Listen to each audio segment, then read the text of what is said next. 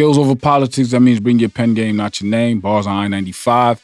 If you're now tuning in, this is the first episode during the quarantine times. This is like a time in history where we ain't gonna never forget this. I hope this never happens again. But practicing social distance, as you can see. Shout out to everybody who's still tuned into the show. Shout out to everybody who's been supporting us so far. Shout out to all the fans tapping in, everybody that's subscribing. Much love to y'all, man. Yeah, the freestyles don't stop. We're gonna drop once a week, every week. We're gonna keep it going. Every now and then, I like to pause the freestyles and catch up with artists that stop on the show and show us love and see what they got going on, get their opinions on some things, and also just discuss hip hop altogether. I got a special guest here with me today from Harlem, officially. Appreciate you for having me, man. Knocka is officially here now. Finally. Just let them know briefly who you are, where you from, and shit like that. My name is Knocka. I'm from Harlem. Wagner Projects to be exact. I started off in about 06 when I made my record, $1 Million Baby, with Nicki Minaj and Max B. After that, I worked with Davies, YG, Tory Lanez.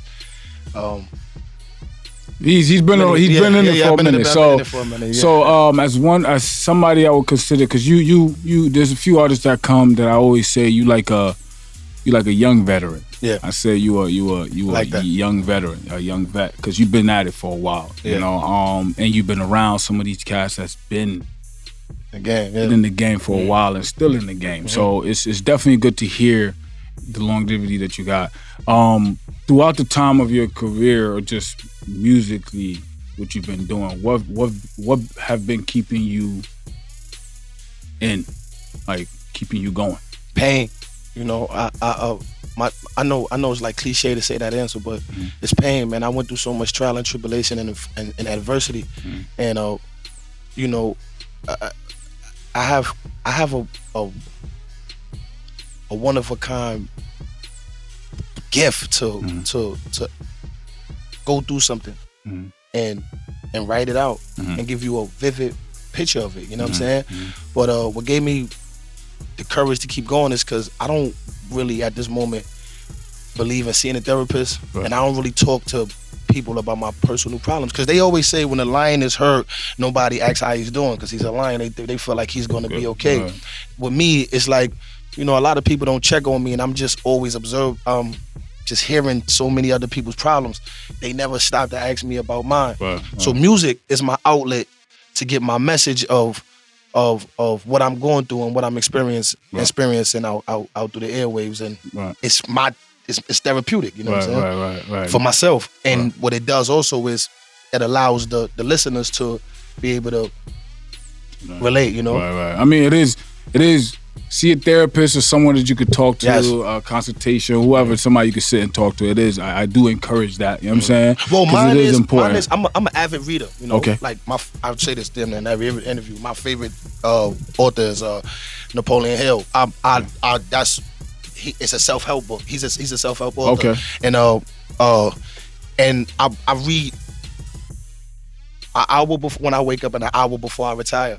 Okay. And I really feel like a lot of these artists get up here in these platforms and they start to get repetitive with their bars and their stories, because it's only 3 things that can change your outlook, which is a therapist which can help you, see things in a different way. That opens up your mind, right? Traveling and reading. And let's be real, a lot of these artists these days are taking pain medicine to cope. So this is why a lot of these people are getting repetitive with their stories, because they don't have nothing to have a vast range of what to rap about, because they're stuck on what they see and experiencing every day. They're not traveling, there's no therapist, there's no reading. So nothing is open in their mind for growth. So they constantly, you know what I'm saying? So that's why a majority of these rappers that come up here and, I ain't no snitching. You know what I'm saying? And it's like, I get it. I understand. You ain't no rat. You ain't supposed to be. But we don't need to hear that every rap. You know what I'm saying? I had this bar in my rap where I said, with your name ain't on no paperwork, we can't get excited. We don't know if you a rat. You ain't never been indicted. It's people that never even been locked up talking about they ain't in no paperwork. You never went to jail. We would have never knew 6ix9ine was a rat until he went to jail. You know what I'm saying? So, you know, I be just trying to tell people like, it's so much more to rap. We get it. And if you pay attention to what these artists do, and they throw that out there to have the fans say, yeah, I can. Mind you, even rats are gonna do the I can. You know what I'm saying? So you just gotta pay attention to. Listen, we want to learn something. We want to teach something. Tell us your story. You know what I'm saying? If you sit down and have like you do already, have a one-on-one with a lot of these artists, but get personal, you'll be like, yo, why this not in the record? You know what I'm saying? They got so much more to talk about, but they just don't open up their mind. No, I'm definitely big on that. That's actually one of the things I enjoy about my platform.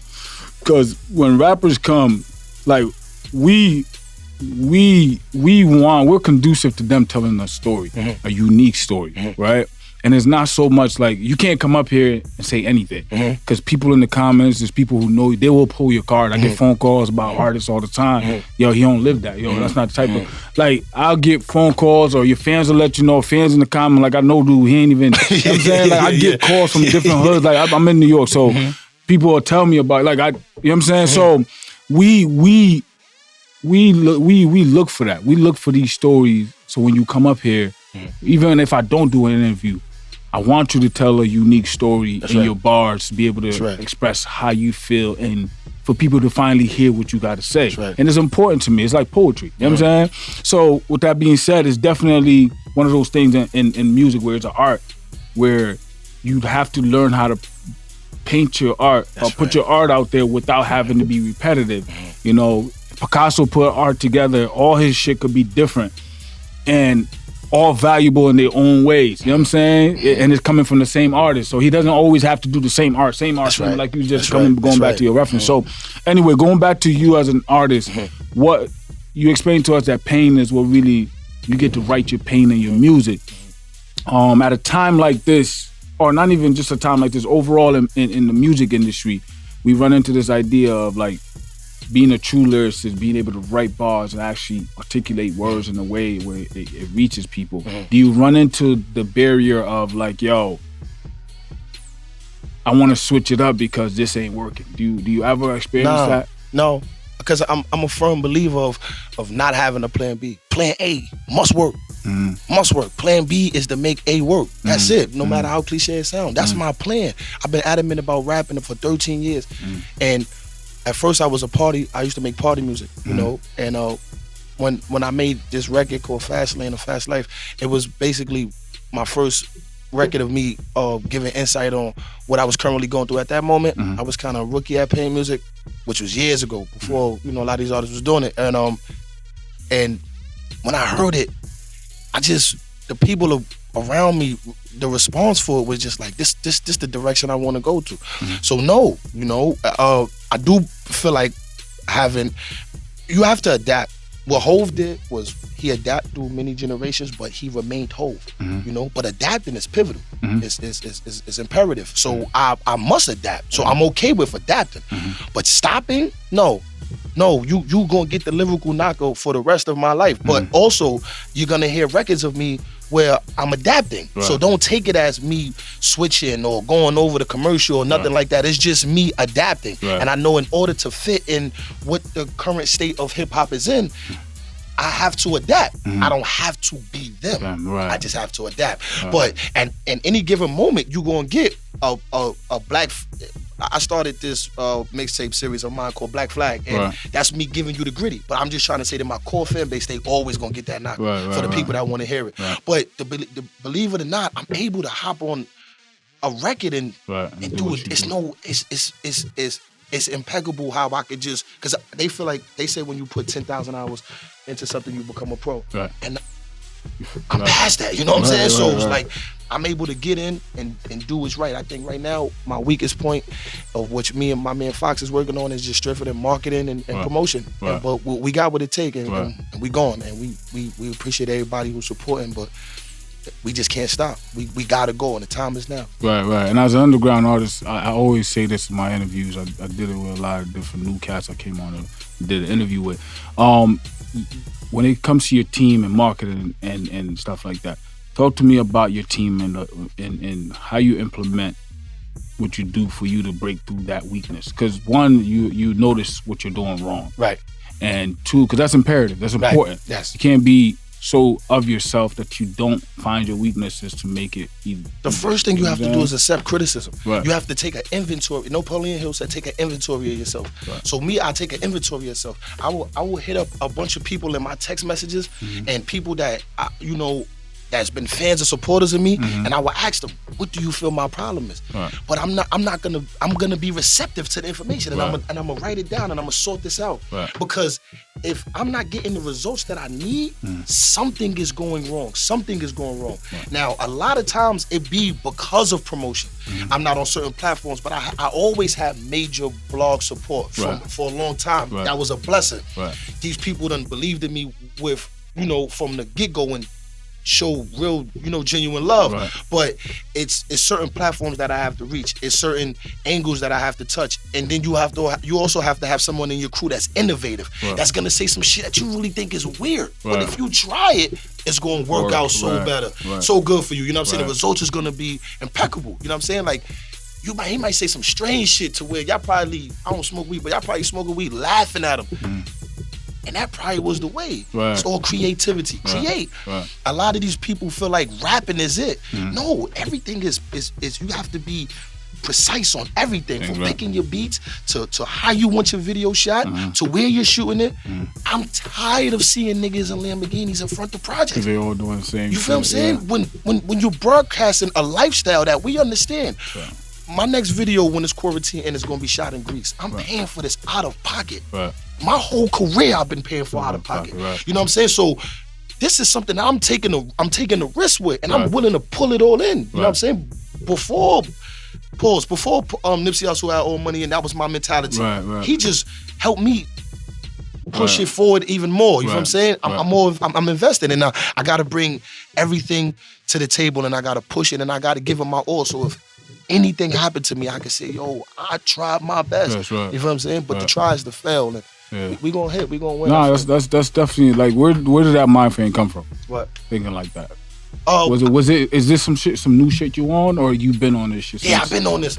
Honestly, since the Nicki Minaj record you did it back in 2000. Yeah, before her, I was on this. Right. I got the Nicki Minaj. Where did that come from? I got the Nicki Minaj record by telling Max B, I got Nicki on the record when I didn't. Right. So he said yes. And I Right. told Nicki Minaj I got Max B on the record and I didn't. That's cool. She said yes. You know what I'm saying? Right, That's how I got the connection. Right.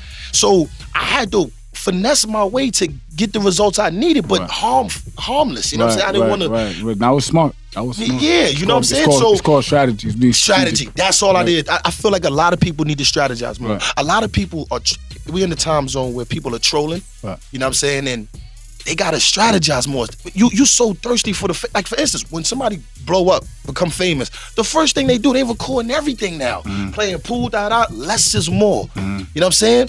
And I feel like your stock goes up more, your brand goes up more when we see you less. Adele drops an album and take a 4 or 5 year hiatus and come back and do 55 million. Am I bugging? You know what I'm saying? You know what I'm saying? So it's like, not literal, you know they're gonna be literal. Right. But she come back and you gotta listen. This is why, one of my childhood friends, A$AP Rocky, I love his marketing. You know what I'm saying? And even when for a short period of time he was my adversary, I used to watch him. And now we talk every day. And I told him to himself, like, yo, boy, you know what I like? Love the way you stay out the limelight. So now when you come back, it's a bang. It's impact. Once you get lit, you all in the camp. What Suge Knight said? If you don't want nobody all in your video, you know what I'm saying? These niggas come and just start, slow down. Right. And I feel like, but that's what the best thing about me having some time in, that's what it gives me. Right. But I always had this mindset. What's the goal? And these books just made it worse. I read an hour when I wake up and an hour before I retire at night. Right. And I watch documentaries, things that's is really relevant to life. You won't catch me with an urban novel. Right. You won't catch me watching, sci-fi, even though, too much respect to what everybody's into. But I'm into what can benefit me. Right. They say you yourself are your best, your most important investment is yourself. There we go. What I'm saying? And the power of the mind is what plays a part in who you are. Because a lot of people anytime you see a person that has high confidence, they automatically put you in a box of cockiness. Right. You know why? Because they can't break you. Right. When they can't break you, when they know it's nothing they can say to you or that's going to make you feel how they want you to feel, you're automatically cocky. Right. Look at Floyd Mayweather. He cocky. Because he already, Forget the accolades of 50 and 0. Forget the accolades of 400 million. Starting this, they don't care for none of that. Right. Or we can't break them with none of our words, so we gonna just call them cocky. Right. Whatever happened to somebody's confidence and just having self-standards and just being self-aware that they feel that they the best? Right. It's a crazy thing. Like in the hood, if you tell somebody in the hood, yo, I'm broke, you humble. You tell them you rich, bragging. I'm lost. Especially if you rich. What's the problem? It's an insult to tell people, yo, I'm rich. But it's you most humblest, nice person in the world to tell somebody I'm broke. Right. So just to touch briefly on it, because as an underground artist and just a striving artist trying to make your way into whatever goals that you have in this music business and music career, period, what are some of the challenges that you face being up against with industry artists or just industry business or industry personnel? What are some of the challenges that you ran into? Finances. Finances was a strong challenge. Okay. Like I said in the freestyle, you know what I'm saying? I blew $1 million twice. So you know. Talk about that. Yeah. What happens is when I got the lawsuit, I was 18, right? And they got a kid from Wagner Projects, which is one of the most notorious, but you know, dirty, you know, really projects coming up. And I had no intellect about financial, no finances, period. Because finances within itself is an intelligence. This is why some people that could come from nothing to something and already have the intellect on how to keep it, remain it. I knew nothing about CD accounts, savings, stocks, bonds. They didn't teach us this. And this is why I feel like we have to self-educate because they didn't teach us nothing about this. So when they gave me the $1 million, it was just good as gone. So at the age of what? How 18 years old. So at the age of 18, they put in your hand a $2 million check. No, $1 million check. $1 million check. Yes, they gave me $1 million check. They gave me they separated 5 and 10 different bank accounts because at this time you was only FDIC insured up to $100,000. Okay, so it was in 10 different accounts, $100,000. Okay. So I had 10 savings bank books. Okay. So where I could spend $100,000, and each time I would go broke, that bank book is garbage. I'm on the ninth. Because it goes zero. And you got to remember when they gave me $1 million, the first thing I took out was $100,000 from my mom. The second thing I took out was $20,000 for myself, and I still had $880,000 in my mind. I'm never going broke. You're talking about a kid that never had $4,000 or $5,000. So at this time, who was helping you manage that money? Nobody. Like, who knew you had that money? My whole hood. The only thing that they'll come to me and tell me, which majority of the hoods will tell you, is, yo, bro, you should get some keys. Of course. That's it. Because look what I'm surrounded on. You only going to become what you're surrounded by. So it wasn't no doctors. It wasn't no stocks. At that time, your mom, it was you and your mom's. Yes. And you moved or you didn't move? Nah, yeah, I moved. I moved 4 years prior because my house had a fire, so I moved 4 years prior, but just to the west side. Right. So you still in the? I'm still in the hood. So you didn't think about moving at all? Why you like moving completely out? It wasn't a thought. Okay. It wasn't a thought. My mind at 18 was to get the stuff I couldn't get. I still was on about getting the Jordans I couldn't get and getting the car. I had a lime green candy painted car. Right. You know what I'm saying? So I had jewelry. I had things that is to no value in life, you know? When I would have bought a house and went financially broke and would have been able to sell it because it was real estate. I didn't have those speeches. My school, PS 96, never taught us nothing about what to do with money. They tell us that math is supposed to help you count money, but it literally, what do we do with the money? Getting money is the first step. Investing it is the second. Saving. I never even knew about saving. And then we're creatures of habit, right? So we've been consumers our whole life. Money come in, money go out. Money come in, go. So that means that you're gonna do what you have a habit of doing. I only had a habit of spending. And then that's spending little. So if you give me a chunk of it at once. And not having, as a matter of fact. Yeah, not only spending, could you imagine? Spending and not having. And then now getting smacked with $1 million saying you gotta spend the habit plus you never had it before. Period. Look at Kevin Hart. He blew $400,000 twice. I read his book. Look at Nick Cannon. Blew $100,000. First check when Will Smith told him he had Will Smith. Shit, I wish I had a nigga mentoring me like that. But he had Will Smith and told him, don't do it.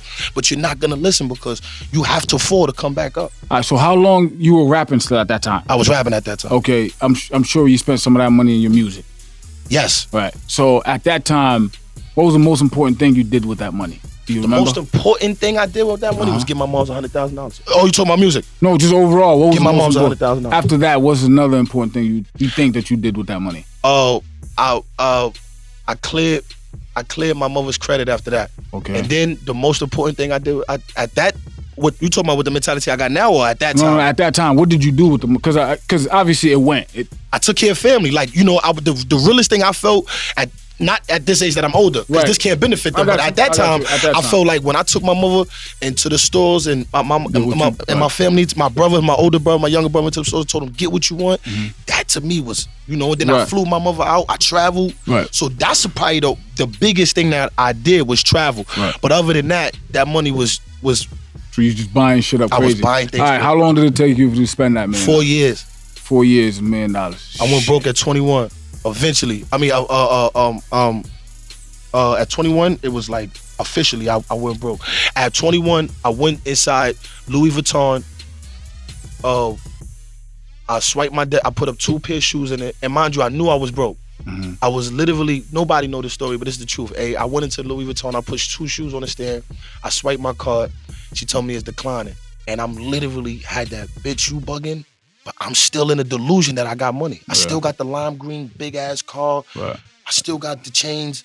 So in my mind, I still got money. And I'm arguing with the lady. But I know I don't have any money left. But it wasn't hitting me.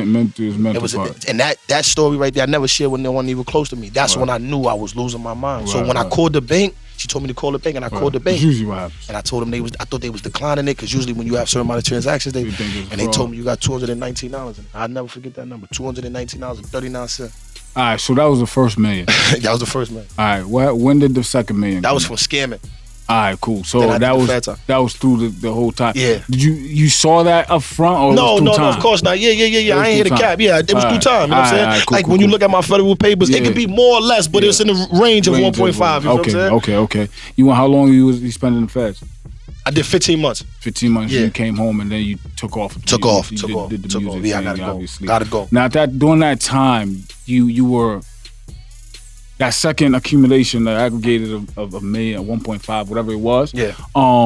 During that time, did that mentality come in where you are now? Like, was it kicking in at that point? When I first came in? No, after the first meal was done. Yeah. The second meal. During that process, when you were 21, 22, 23, when did you say, yo, this is when I really realized when I read Napoleon Hill, it's called the 16 laws of the laws of success in 16 lessons, and he has a actual whole chapter on finances, and this is when I had insight. Okay. This is when I learned. This is why I try to tell you. It's like a girl, right? Hear me out real quick. It's a different type of analogy, but it's the realest. It's like I was breaking down earlier. It's like when a girl tells me her boyfriend is here, and he said he's sorry, he's gonna change. And I'm trying to tell a girl, we're creatures of habit, right? If he didn't experience anything to change his behavior, it's no way to just automatically change it, right? You know what I'm saying? So it has to be a therapist, reading, traveling, some experience. You have to, or rehabilitation. You have to experience something to change. If not, you're a creature of habit. Means you're gonna, your behavior is habitual. So whenever you do something to get him that upset again, his habit is gonna reflect again until he has a habit of doing different. So my habit of just spending was the same, because I still didn't have knowledge. I'm thinking, yo, if they give me another $1 million, it's crazy, I'm gonna save it.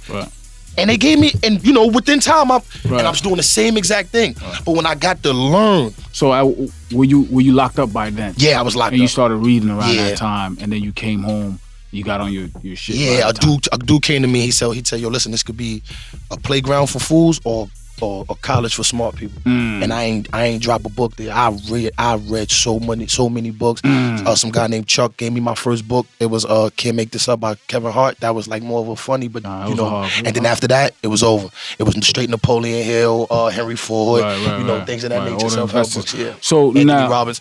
So now your process through that, because you had to all the people and all the stunting that you did, all the family members, people you looked out for, and things that you did. Gone.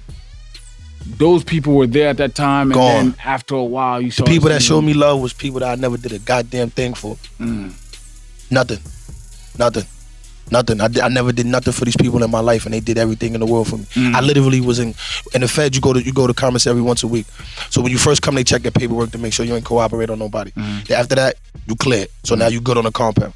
After that, you got commissary once a week. I didn't miss one commissary over for these 3 girls that made sure I didn't miss commissary. And when I looked at when you leave, they give you like a run up of how much money you spent. And they roughly sent me over within 15 months. They roughly sent me over $8,000 to $9,000. That's solid. And they in my corner forever and in my heart forever. I came out, I ain't changed on them. One of them was pushing towards a relationship, but I never misled her into believing that we need to be in one. So other than that, I just know that I'm forever in debt to them. And I'm gonna see to it that I pay. Right. That's important. I mean, that tells a lot about you, obviously. It's important for you. I'm glad you mentioned that story about the $2 million, because even in hip hop, you know, it's a thing in our community, in the black community of management. I did finances for years. Wow. And I used to see different stories from different people, but it would always be our people. You know what I'm saying? And like you said, we come from that background of have-nots, and when we finally we already have these habits that we're already used to. And if not even used to, but we don't even know. So I used to always ask, right? This is a crazy thing. I'm glad you said the whole you never moved, because it was not in your mind, right? So imagine Paid in Full, the movie. It's a fictional movie based on a lives of real a story of lives of real people, but it's a movie. But the lives of those people, I used to always say, these drug dealers, they used to make millions on a monthly basis, right? In the project. And they all are here in the project. All of them. And then this is this mentality, and then this is real life. This is you now. Let's talk about and this is our people. Right. We have this mentality. I don't know where it came from. Obviously, we have a long background of I know where it came from. Not to cut you off, if you let me. Our parents don't know any better. Them too. Their parents did. And that's their what I'm parents saying. don't know any better. So it comes. So what are they teaching us? Right. That's why I started this last rap off where I said I had to unlearn all the shit I learned. Right. So it's like, we got to remember, it's a whole new self-education system that we got to sit down and teach ourselves. Right. Because if not, then it's going to be worse for the generation coming up. Right. Or get around the people that need, because that's the thing.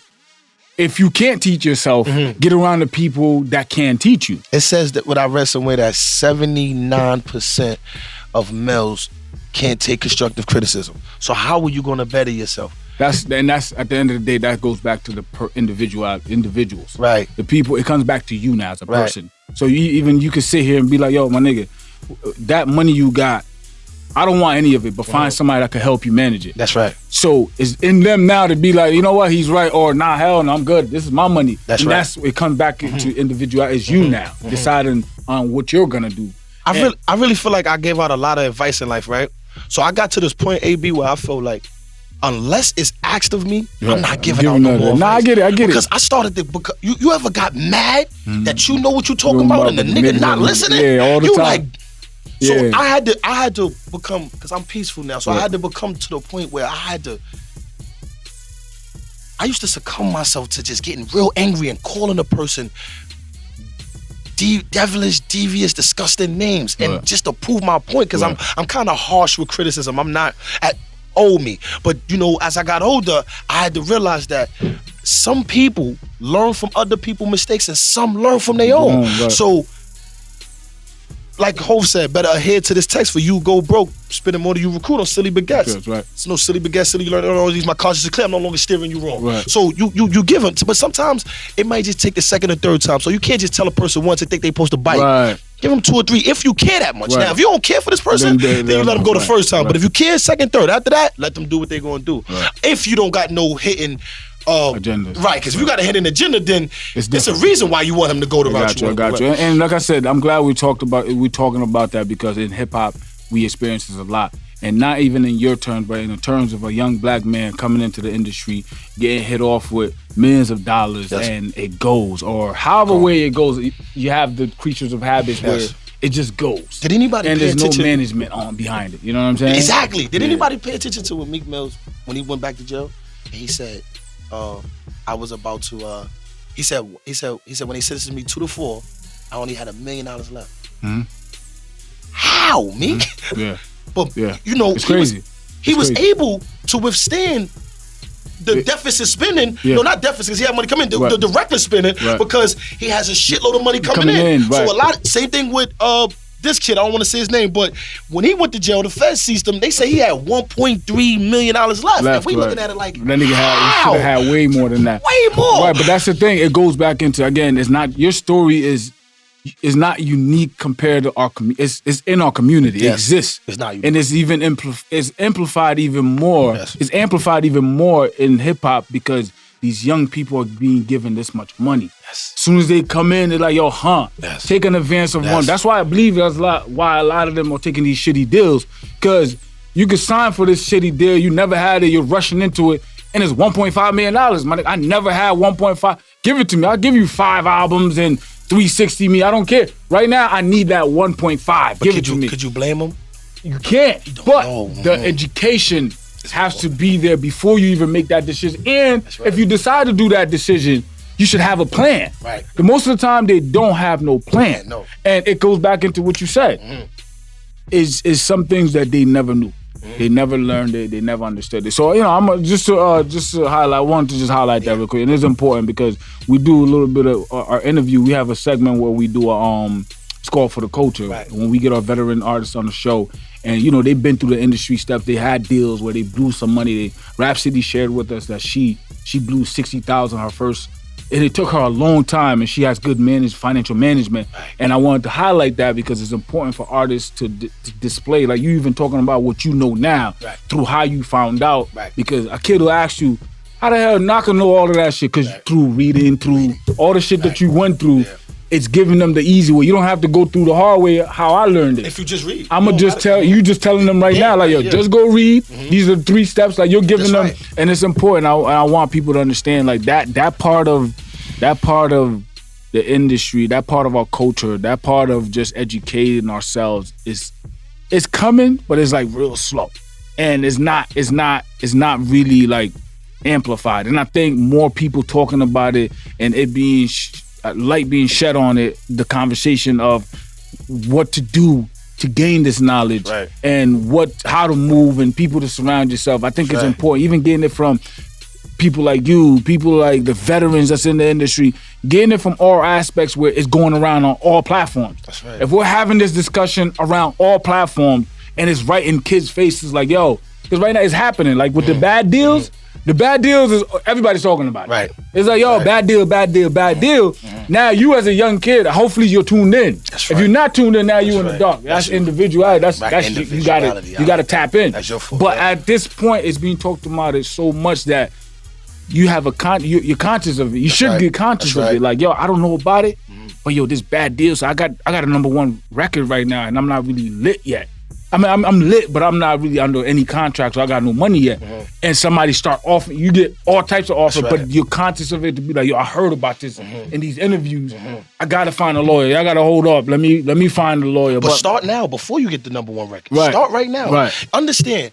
Now, I'm sorry, but I told you, I got my ways of being harsh with criticism. Now, it's like, you just gotta be the most ignorant person to be stupid in a time like this. That's a fact. You gotta remember, our parents didn't have something simple as Google. They didn't have that. They didn't have that. What they knew is what they knew. They had to pick up a book. You feel what I'm saying? So you gotta remember, and then you gotta remember, then a lot of our parents also grew up in a society where lies was big. I was yesterday years old when I found out wine doesn't age with time. I grew up with so much, you know what I mean? All these, that's why I don't go with quotes no more. I have to look it up and I have to find the fact. I have to learn myself. And it gets me upset that the things that, the people that I looked up to and on the intellect level, they was lying. So like I said, if you are of a certain age and you know all these things is happening, I don't really care for your story of you getting signed and you getting a bad deal. You didn't educate yourself and you have YouTube. Ample amount of YouTube is I promise you, YouTube is just the same saying that the man told me. It could be a college for intelligent people in the fool's playground. You could go to YouTube and learn a lot, believe it or not. YouTube is teaching full-blown kids. Nah, it's true. YouTube University, my nigga. Like, you're right. Nah, you're right, because they teach whatever you want to know up there, you could type it, it'll pop up. My favorite bar in that freestyle, one of my favorites was, you ain't go to college but did 4 years in jail. You could have got 2 degrees doing 4 years in Yale. We make the worst life decisions. You got to understand. By the way, artists is not gonna word things like that. But you'll talk to a kid like, I ain't going to college, That same kid could spend 4 years in jail. That nigga boy, you would have had your bachelor's if you'd have chose just HSBC or whatever it's called. You know what I'm saying? Yeah. Anything. Community college, 2 years. You that same 4 years wisely. So I'm not recommending that you go into college and end up in debt. I'm not recommending that. I'm just saying, just use your time wisely. Right. The only reason why Hov has brung his plans into fruition is because of one thing to me, and for my observation and studying Hov, that's my favorite rapper, is making great decisions. Right. Better decisions put you in better predicaments. And I think that's what we got to do. Right. And if you got a chance and you got somebody that's willing to learn and want to learn, talk to them. Right. Those ones that's being hard-headed, you know.